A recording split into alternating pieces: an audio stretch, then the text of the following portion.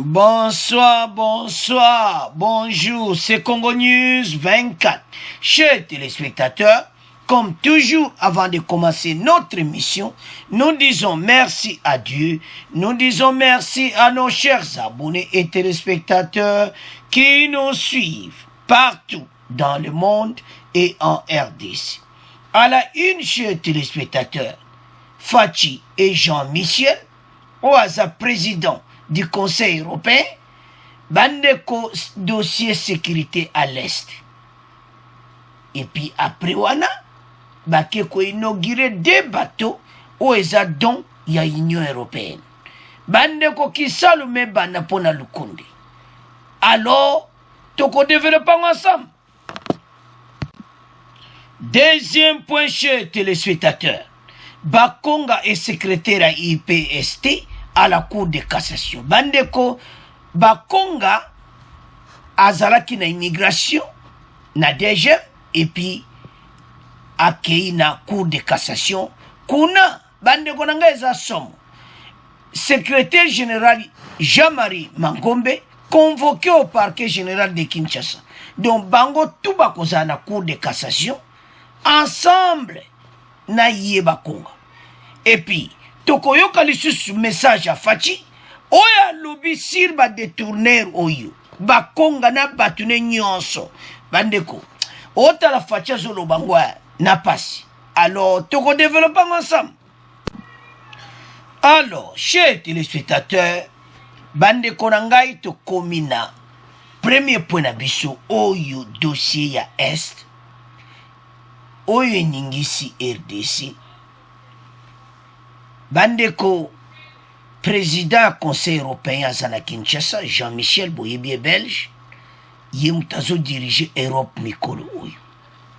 Azaki na palais de la nation, bandeko basalaki conférence de presse.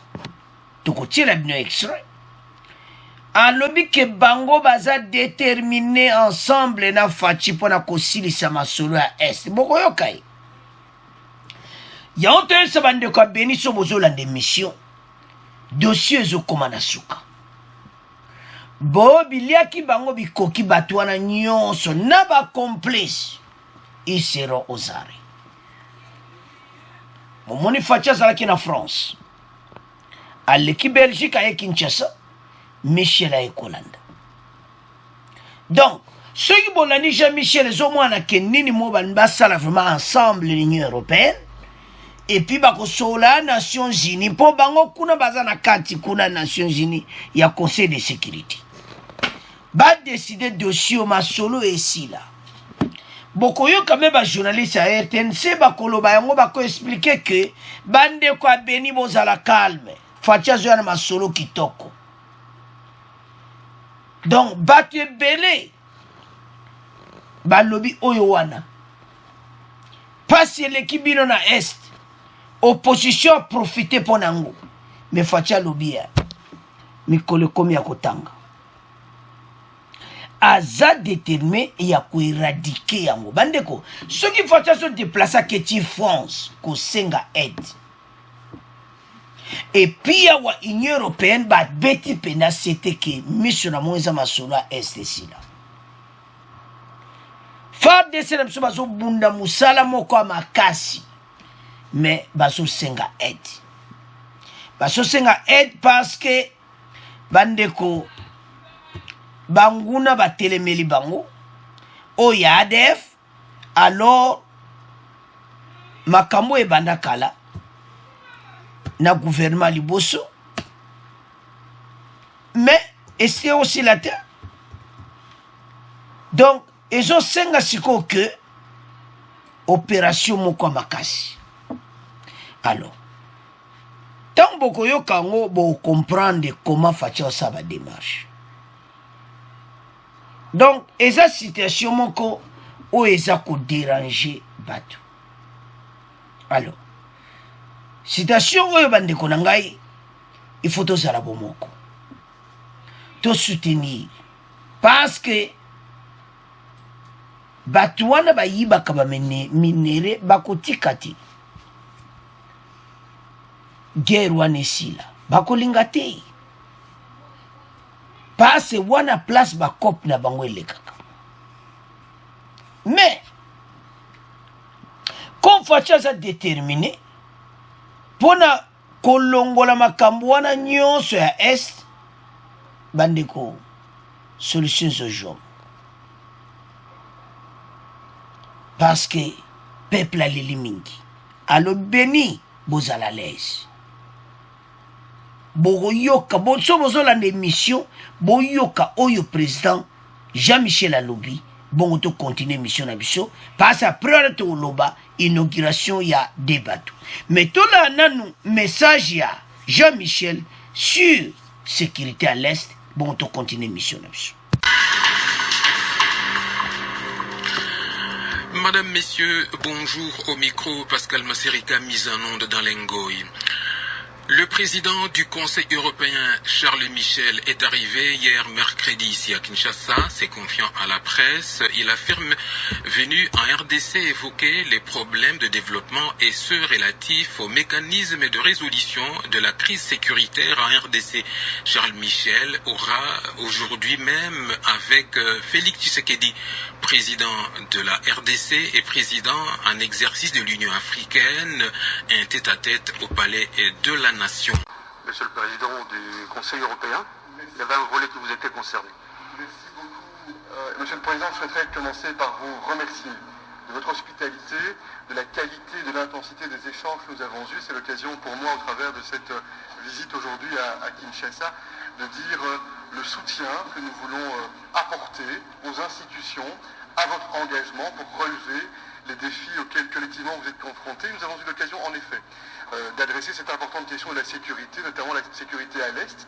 Ce n'est pas la première fois que nous échangeons sur le sujet et je veux dire l'engagement de l'Union européenne et des États membres européens en parfaite coopération, en parfait dialogue avec les autorités de la RDC pour voir de quelle manière on peut apporter de différentes manières une capacité de faire avancer la sécurité, la stabilité, faire reculer les violences sous toutes les formes. Nous sommes exactement dans la même démarche, celle qui a été exprimée par le président. Ça suppose aussi de coopérer avec les institutions internationales, notamment les Nations Unies et notamment la MONUSCO. Et certainement, les États européens sont prêts aussi à soutenir toutes les démarches qui visent à faire en sorte qu'il y ait des résultats qui puissent être engrangés pour faire reculer la violence et faire en sorte qu'il y ait davantage de sécurité et davantage de stabilité. Convention du président de la République, Félix-Antoine Tshisekedi Tshilombo, président de l'Union africaine, et de M. Charles Michel, le président du Conseil européen, intervention relative aux préoccupations de la presse ici présente au Palais de la Nation. Et je retiens une chose du président de la République, un message fort adressé à la population de Béni, la population de l'Ituri, la population du Sud et du Nord Kivu. Les chefs de l'État est plus que jamais déterminé à restaurer la paix dans ces parties du territoire national. Et c'est un engagement fort, il l'a dit et il l'a également répété aujourd'hui. Il va se rendre sur place à l'est du pays et pour compatir au malheur qui frappe les différentes victimes de ces atrocités causées par les groupes armés. Il raccompagne donc là à travers ces images et cet échange avec les protocoles, il raccompagne Charles Michel qui prend part à bord de sa Jeep et qui part. Les deux personnalités vont certainement se retrouver dans quelques minutes ou dans quelques heures pour la remise officielle. Sinon, si le président n'y sera pas, il va certainement mandater soit le Premier ministre, soit un membre du gouvernement. Mais je crois que les dispositions ont été prises pour que le président de la République soit personnellement présent à cette importante cérémonie qui aura lieu, nous le rappelons, au port fluvial de l'Onatra. Il y a 2 bateaux baliseurs qui seront donnés à la régie des voies fluviales pour le balisage du fleuve Congo et ses affluents. Voilà Charles Michel qui quitte donc là le palais de la Nation qui va se rendre certainement dans son hôtel ou à la délégation de la commission de l'Union européenne ici à Kinshasa, mais je vous rappelle que tout à l'heure, les deux personnalités vont se retrouver pour la cérémonie de tout à l'heure et la RTNC a pris toutes les dispositions possibles pour la retransmission de cette cérémonie. Je disais tout à l'heure, en rapport avec l'insécurité dans la partie est du pays, le président de la République, Félix Antoine Tshisekedi Tshilombo, est plus que jamais déterminé à mettre fin à cette aventure qui a trop duré, et les nouvelles en notre possession font état l'arrivée sur place des soldats congolais, des militaires qui sont allés renforcer les unités qui sont déjà sur place, et c'était une lueur d'espoir de la part de la population de Beni et la population de Goma, la population de Bunia, et dans quelques jours, quelques semaines certainement, le garant de la nation s'y rendra pour mettre fin à cette aventure. Et le président de la République qui va prendre part à bord de sa Jeep, je crois que immédiatement après, les deux personnalités vont se rendre au niveau du port fluvial de l'Onatra.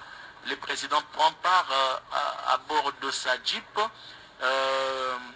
La direction, nous allons voir, mais la destination, nous ne serons pas en mesure de vous donner la destination, mais ce qui est vrai est qu'il y a une autre cérémonie qui est prévue au niveau du port fluvial de l'Onatra pour la remise des baliseurs pour la circulation au niveau du fleuve Congo et ses affluents. Très chers téléspectateurs, Alors, chers téléspectateurs, nous avons suivi Tolandi Bissonyonso. Message d'abord à Jean-Michel. Et puis, il y a un commentaire dans le pesa. Oh, batindi message na bande kwa Beni. Est de la RDC, Tshisekedi a su préparer des mesures radicales contre la violence des groupes armés dans l'est du pays. 2 jours après avoir demandé aide de la France, je suis simplement en train de préparer des solutions efficaces qui permettraient de réduire de manière définitive cette crise de l'Est, a-t-il ajouté sans autre détail lors d'une conférence de presse au Bozomona Neba Telemion. Bande ko Beni Sozolande mission. Fachi aza déterminé pour Nabino. Donc, ezalo ko la papa ndeto lwa ne mission eleki. Moi ne azana passe. Azoluka solution partout. Bolandi journaliste wana RTNC azoloba ke bande ko Beni. Bozala calme. Fachi aza déterminé nango.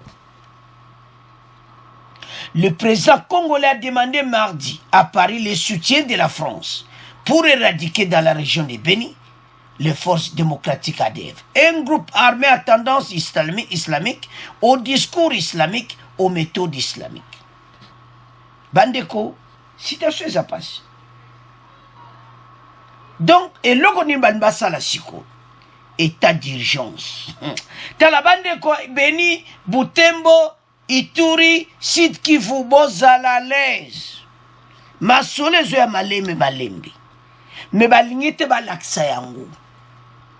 Balingite ba loboka armé boy bazadja na terrain.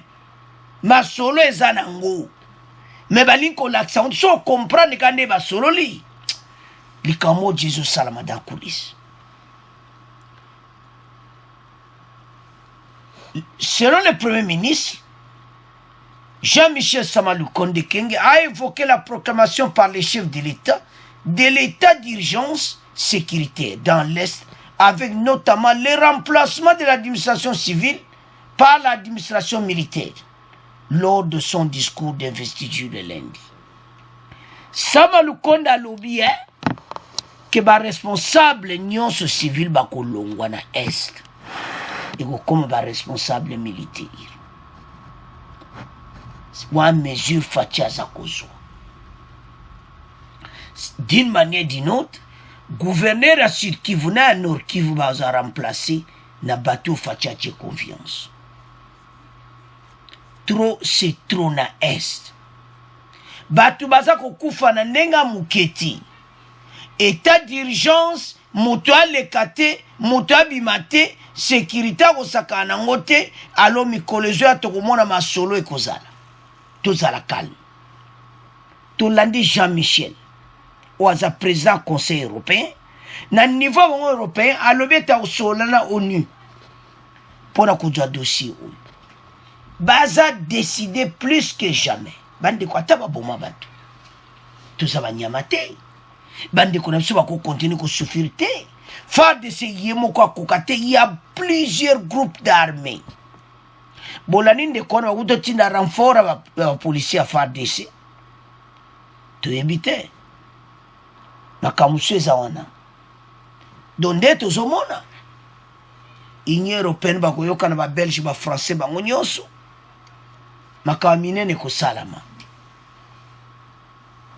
parce que ndeka tolandi ye wana bandeko makambo so mpo tokati ke bamatch oyo nyonso ezaka bamatch ya baminere bazoyiba baor et puis Jean-Michel a dit ceci que biloko ya RDC ntango ekomotekama baza na besoin ya traçabilité nani asombi nani ateki parce que bagroupe armé wana mpe batekaka baminere sikoyo na niveau européen bani basala ke baminere ya RDC fo bayeba nani ateki yango ozwi yango ndenge nini eza ya koyinda esi eyindi bandeko este wana kala te tokoyo kobeta yango histoire peuple aza na posa kimia aza na posa oyoka makambo oyo te eza mawa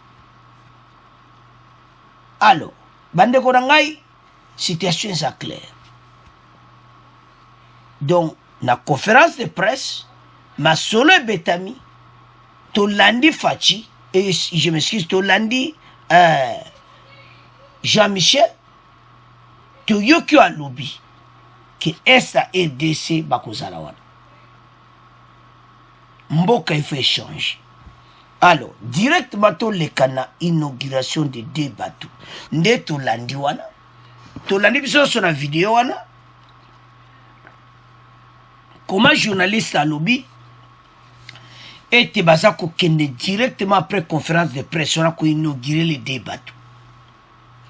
L'inauguration des deux bateaux financés par l'Union européenne au cœur de l'échange entre Tshisekedi et Charles Michel. Le chef de l'État congolais, Félix Tshisekedi, a reçu ce jeudi 28 avril le président du Conseil européen au Palais de la Nation. Au menu de les échanges, plusieurs questions ont abordé, notamment l'inauguration des deux bateaux construits à Kinshasa avec le financement de l'Union européenne. Bango ba pesa jambon ba bateau baza construire yango wana kaka na libongo ya Kinshasa na port ya Onatra. Sikoyo ba bateau wana Kisalume banda. Bon comprendre ka deux bateaux à minene ce que zo kene me biloko ya na ona kin. Tala bandeko tozalaki na biloko te. Mais ba bateau et ça qui biloko pamba mais parce que le gouvernement zaki liboso batia ko sale lokote mais lelo ba na makelele bolane émission parce que tiela ki bin ba komo lobo voilà bazalo tozo tiamo bakal sikoyo bakal ezali soute balaksa makasi na bango non bande ko ngai Kisalume banda masolango pende bandi dossier ngo pende bandi kalati tukumona penaki makamtu komi clair bande ko ngalo no senga na binoka ke totika kolanda ba discours tanto yaka na be mission za ko présenter bino makama kitoko elo ni bande ko no musu basalaka olike balakisa na be mission makama kitoko facha za ko sala neti boye ba inauguration ba bateau et tout ça bango balakisaka kaka oyo ya mabe bokanga likambo tozoloba soki lelo kimi ekoti na est bakoluka dossier mosusu po mikolo ekumika bato baosufri na Beni bango koto baosala bafeti bato baosufri na Beni koto baosala boye wana dossier oyo bazwi ntango Beni ekokoma calme kaka les mêmes bato baza kokritike Beni bakoloba sumaka mabeni te bakena dossier mosusu ah voilà kutu tala mais pour ça ndenge nini ba congolais Et là qu'ils ont manqué, bino bo féliciter Fachi Ponanine. Et ça le kola mutumo baza lisumu mo wena munoko na yazo kokate koloba yango. Bozana problème, bozana ba problème bandeko na ngai. Tozala sima président de la République de toute façon. Donc déjà ndez on atala bandeko RDC nyonso bakoza sima na ye. Sokoza kote kuna telema yakawa. Bon, mon gars, débat tout. On est le côté. Mba contrat est signé partout. Donc, RDC, comme sur RDC, boyeba ki wanati. Bateau, tout bazo loba bako kanga munoko. Okomona ravitaillement. Bateau baza besoin basata ba commerce na bango ken intérieur aya. Bateau est un seul moyen. Parce que banzela mikolo nanu bazo bongisa ba bateau eza nzela kitoko muta ko kende ayena biloko ne na bateau ba yeko teka na Kinshasa to zanga loko te bateau zona biloko a fresh et ou intérieur bandeko sona tali richesse to zana ngwa to bosana ba minéraux. Nous avons le fleuve Congo oyo boyoki Égypte, Éthiopie, na Soudan, bazako welela le fleuve Nil. Mais yozana weleki le fleuve Nil. Hein? Ozana weleki fleuve wana. Tozana nyonso. Mbisi. Mais tozozanga nini? Ba matériel. Lelo fachazo ba bateau de pêche neto ezaka na poto. Et quoi ça là? Les bateaux de pêche bazo pêcher na ba bateau mbisi kozanga te na Kinshasa. Ça coûte combien? Problème est de mauvaise foi. Bateau, on ba bateau kabake ko inogiri. Na lera bateau basali 18 ans.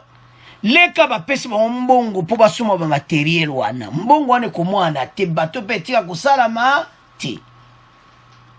Bako kombe kutu koteka babi bende ya bateau. Yebe ba bateau ba montango na Kinshasa.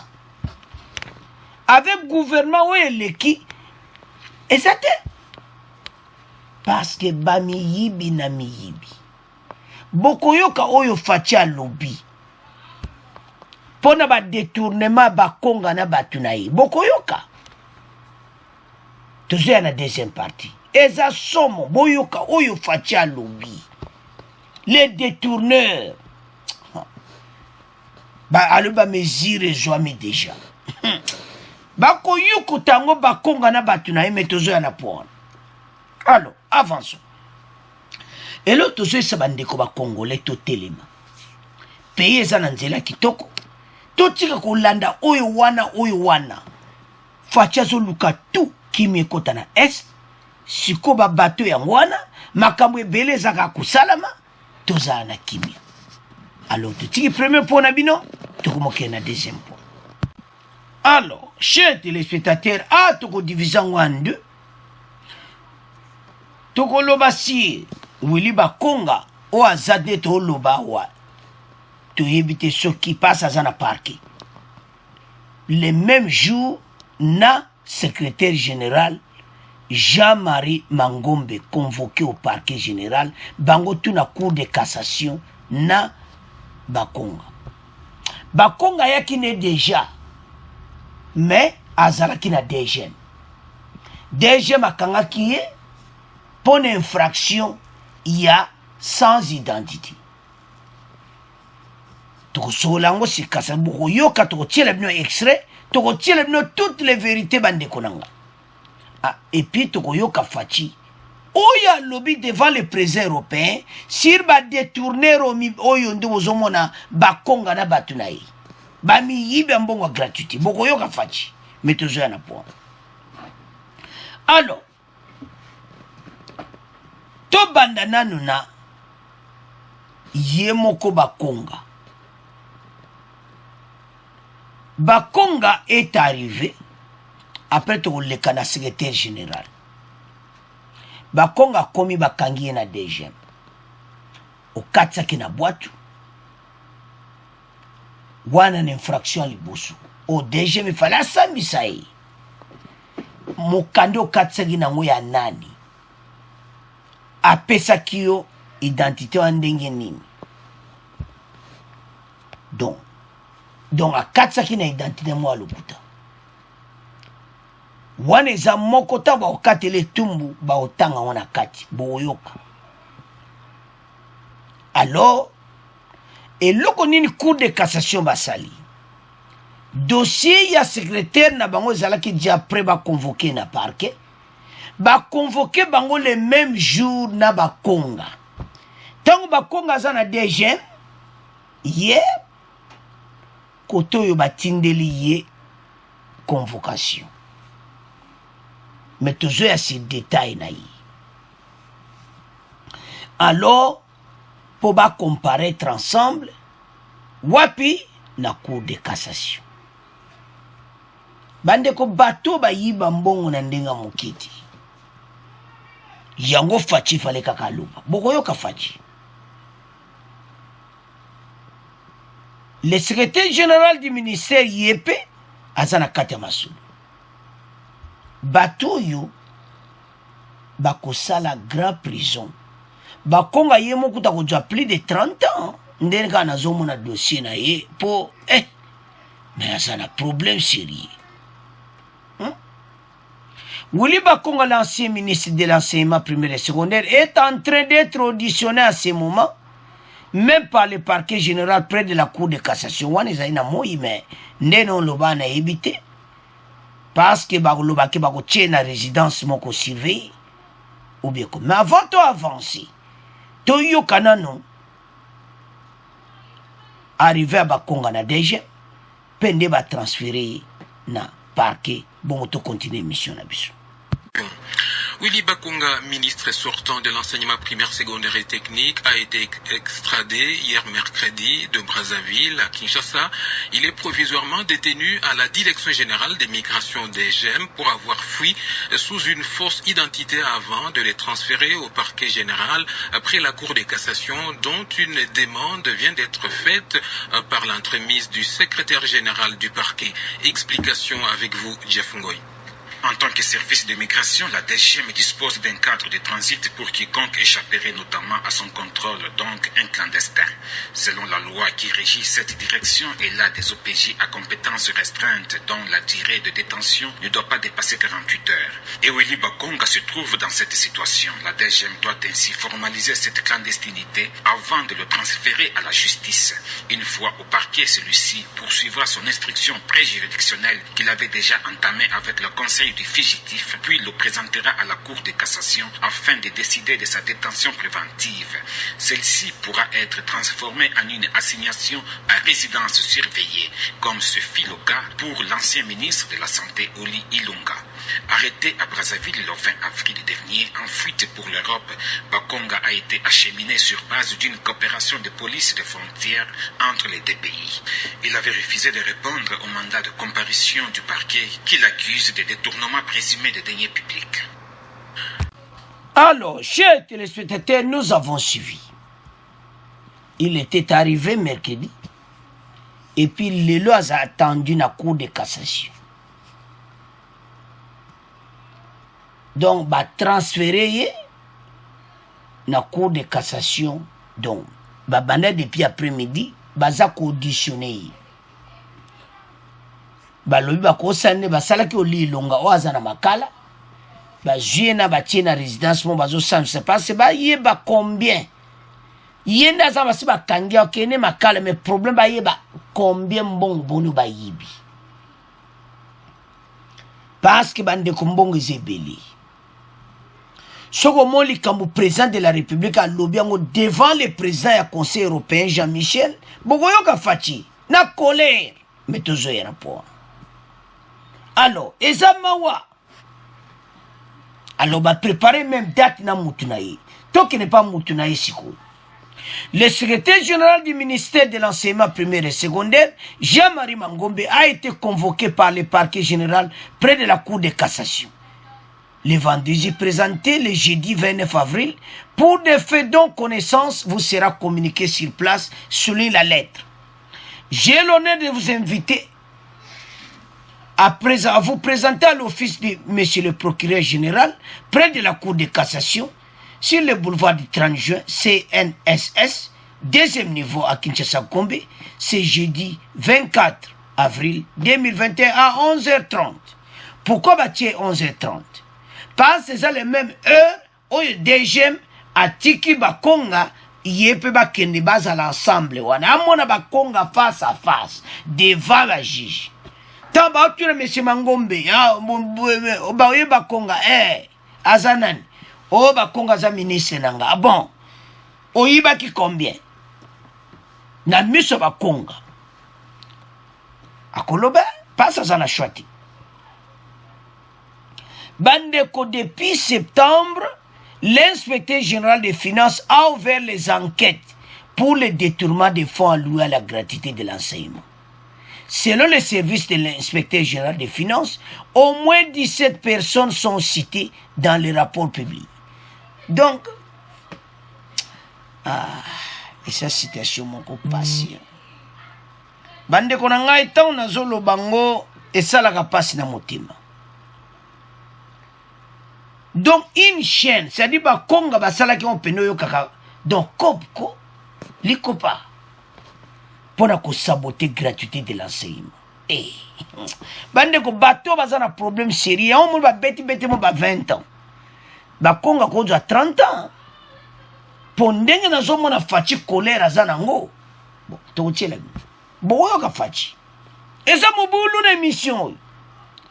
Les révélations faites par l'IGF dans ces rapports évoquent par exemple l'existence au sein des ministères de l'enseignement primaire et secondaire de faux arrêtés, antidatés, des recrutements des agents, des créations des écoles fictives, ainsi que l'explosion du personnel non enseignant au détriment du personnel enseignant qui est pourtant le principal destinataire de la gratuité de l'enseignement. Bandeko bakonga asali obalobaka bêtise na donc muyibi ya mabe oyo pene pola atakutu bayiba 1900 écoles fictives et puis faux arrêtés. On plus bakonga ça na problème parce que arrêté zaka ministériel ne tata oyo secrétaire général de Azawana, ministre Ezaba Konga Mutasala signé arrêté. Donc, tato secrétaire général, il y a enseignement primaire et secondaire. Bangonyo Sobaza dirigé na Bakonga. C'est Bakonga qui signe les arrêtés, faut arrêter. Donc, Bangomi Balende Bazama Kala Yasu. Bakeniko beta bakati kuna. Donc, ça fait du mal. Ça fait mal. Hier mercredi, le ministre sortant de l'enseignement primaire et secondaire qui serait aussi impliqué dans le détournement des fonds alloués à la gratuité de l'enseignement a été finalement extradé vers la RDC en provenance de Brazzaville. Willy Bakonga azapenda grand masolo, grand muyibi. Nandenga mabete tsoto lo babon. Parce que, bandeko, kaka ba école fictive te, n'a faut arrêter. Donc, ce qui n'a pas la tato yo menarbime, qu'est-ce qui ne voit pas? Problème na ye pena na mutu eza nini? Ah, nzambe. Na lia mutu ezo chauffer son atali bateau. Ezo sala pasi na motema. Pourquoi koyiba boy? Ce n'est pas possible, bande konangai. Des faux arrêtés, koyiba, do ba saligno so ba balingi. Ah, nzambe nangai. Donc makambo tu basala pendant 18 ans, balemba na bangoti. Pona bango kaka to yiba mbongo. Mais boyo kuta pena mwana Tshisekedi. Etienne Tshisekedi mwana na ye. faci na makambo oyo faci aza na colère mabe. Mais toyoka na question batuni faci si la gratuité boyoka nde faci a répondre na nde badétourne mbongo to continue mission na biso po bato oyo baza na problème bato oyo ya enseignement primaire et secondaire. Bonjour, c'est monsieur Billy Ivan Lutumba de Radio Capi. Monsieur le Président du Conseil européen, vous avez dit que vous avez discuté par rapport aux défis. Le plus grand défi en RDC, c'est l'enseignement. Ma question va aussi s'adresser à Monsieur le Président de la République. Dans les discussions que vous avez eues avec le chef de l'État, il se pose le problème de la gratuité de l'enseignement, de l'effectivité de la gratuité de l'enseignement, qui a des soucis pour se mettre en pratique ici à RDC. Dans ces échanges-là, est-ce que vous avez un appui substantiel à apporter au gouvernement de la République du Congo? Et Monsieur le Président, est-ce que après l'investiture du gouvernement, vous avez eu quand même beaucoup de défis par rapport à ce qui concerne la gratuité de l'enseignement, et les enseignants se plaignent par rapport à cette gratuité. Avec l'avènement du gouvernement Sama Lukonde, quel est le souffle nouveau que vous allez apporter pour que cette gratuité soit effective?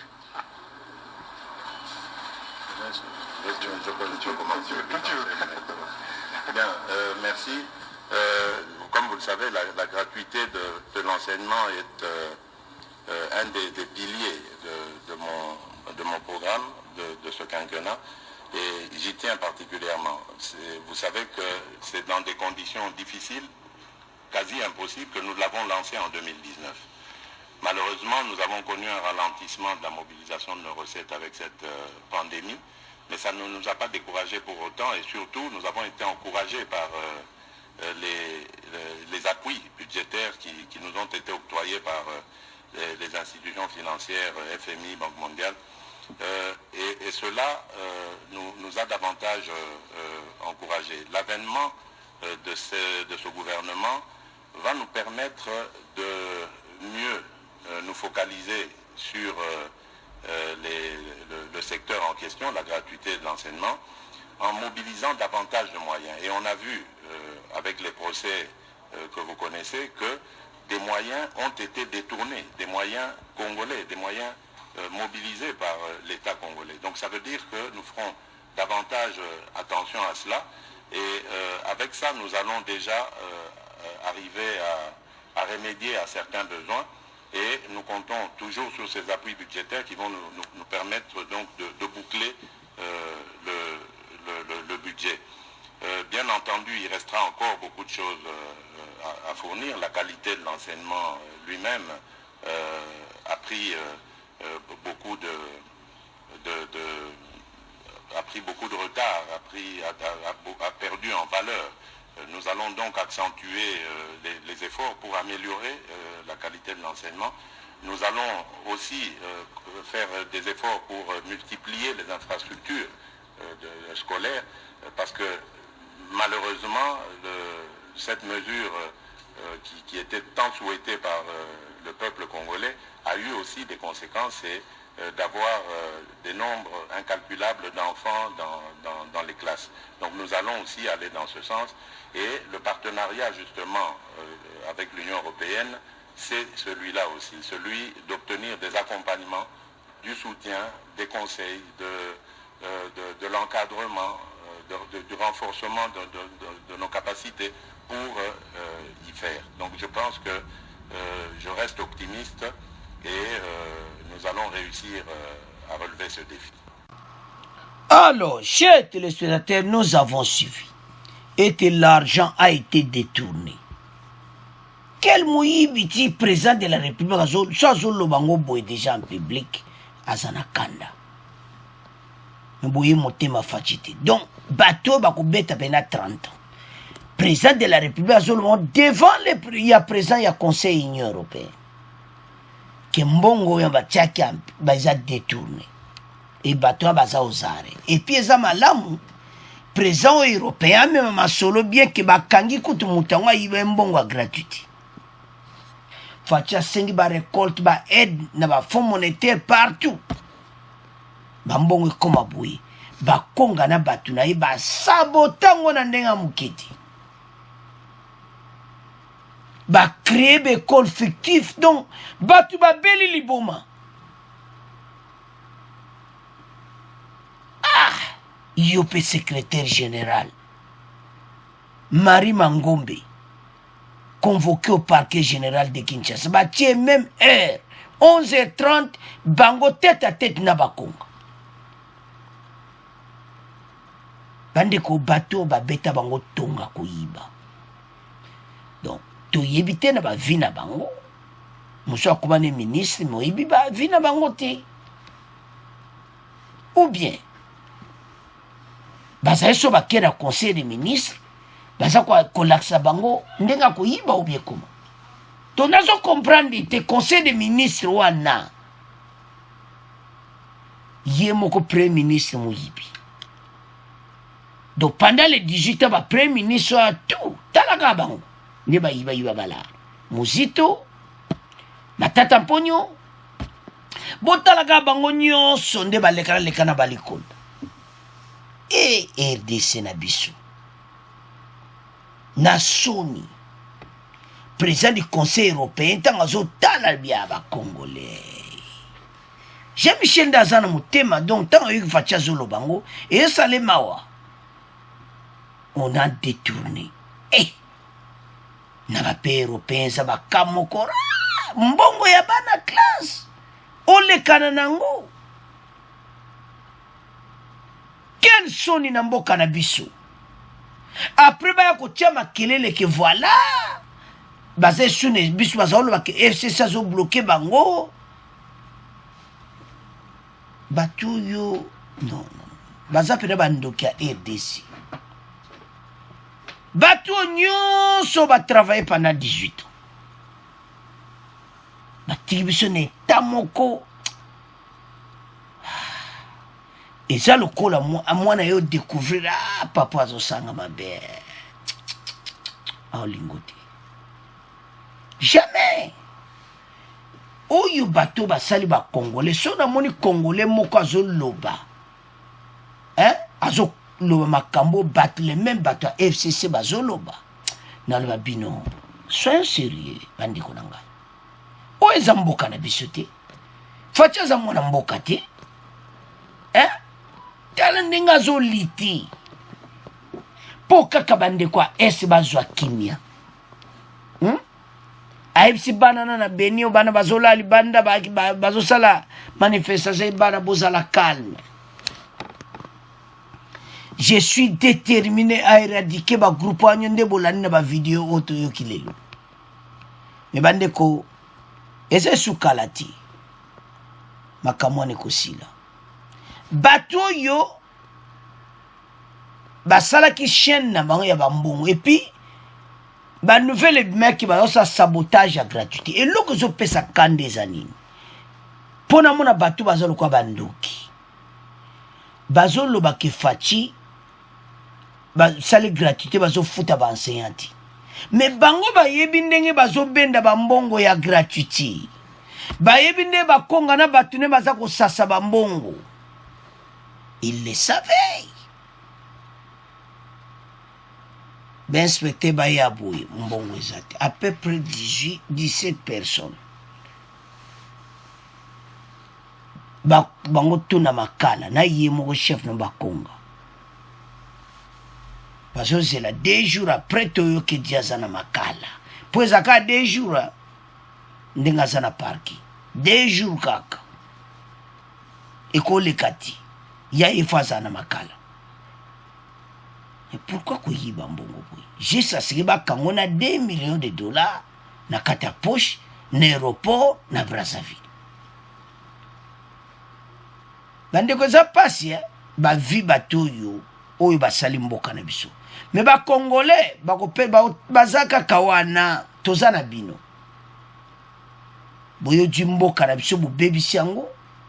Boye le sous gratuité oyo eza grand masolo boye pe le sous bo sabotango boyi bambo mais na yebete ba konga ako supporter sort boko nena yo ki fachiwana ki l'argent est détourné tant azo loba na bien nzambe tant facha zo loba boy mais bazo lukandeni ba régulariser ngo tout ba station tout.